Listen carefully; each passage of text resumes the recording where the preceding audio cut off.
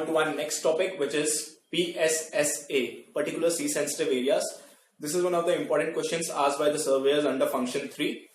Now, particular sea sensitive area is an area that requires special protection through action from IMO, that is International Maritime Organization, because of its significance for recognized ecological or social, economical or scientific reasons, and which may be vulnerable to damage by international maritime activities. So the shipping activities which are carried out may be vulnerable to this environment or the ecological system present over there, and to protect it, the special action is required from the International Maritime Organization. Now, the criteria for identification of a particular sea sensitive area and the criteria for designation of special areas are not mutually exclusive. So, in many cases, a PSSA may be identified as a special area or vice versa. That is, a PSSA may be within a special area or a special area may be within a particular sea sensitive area. That is, so what does your not mutually exclusive means? That they are not very different, they are quite similar. Okay, means PSSA may be included within a special area or a special area may be within a sea sensitive area, within a special area. So the list of adopted PSSA are as follows: the Great Barrier Reef, Australia, which is designated as a PSSA in 1990. The Sabana Camagüey Archipelago in Cuba, designated as PSSA in 1997. Malpelo Island, Colombia, which was designated as PSSA in 2002. The sea around Florida Keys, United States, designated in 2002 as PSSA. The Wadden Sea near Denmark, Germany and Netherlands, this was designated in 2002. The Paracas National Reserve in Peru, which was designated in 2003. The Western European Waters, which was designated as PSSA in 2004. The extension of the existing Great Barrier Reef PSSA to include the Torres Strait. Now, this was proposed by Australia and Papua New Guinea in 2005.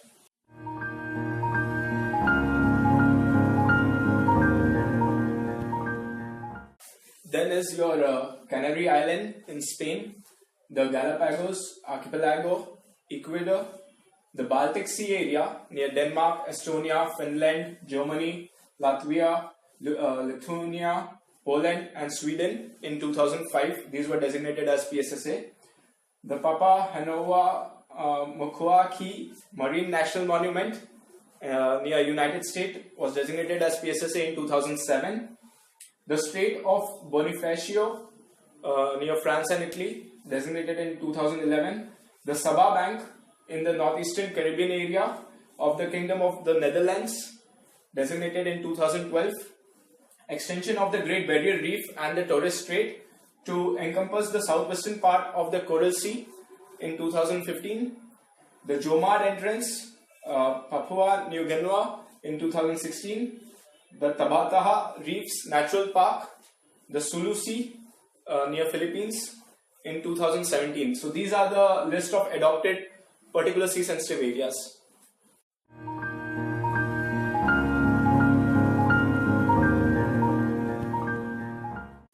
Moving further regarding how the PSSA system works, or how is it done, how are these areas designated as PSSA.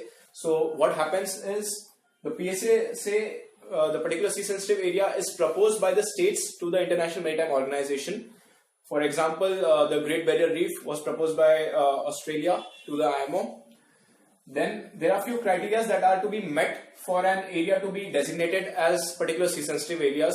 So those criteria could be your ecological system, the social economical reasons, your scientific reasons, etc.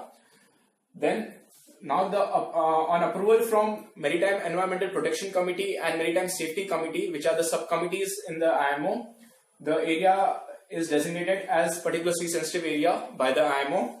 Once this approval is received, the IMO will forward this to the International Hydrographic Organization to update it on the charts, which are further updated on the ships through weekly notices to mariners. Now, this is how the whole system and the procedure works for an area to be designated as a particular sea sensitive area. Then where do you get this information that the area is designated as particular sea sensitive area? This is another important question asked by the surveyors. So you will get these information in charts, weekly notices to mariners, your ship's routing, then the IMO site, etc. Also, IMO has also published a book on particular sea sensitive areas on 30th June 2017. In this book also you will get information regarding particular sea sensitive areas, which all areas are designated as PSSA. So these are all the information about the designated particular sea sensitive areas, and yeah, that's all about it.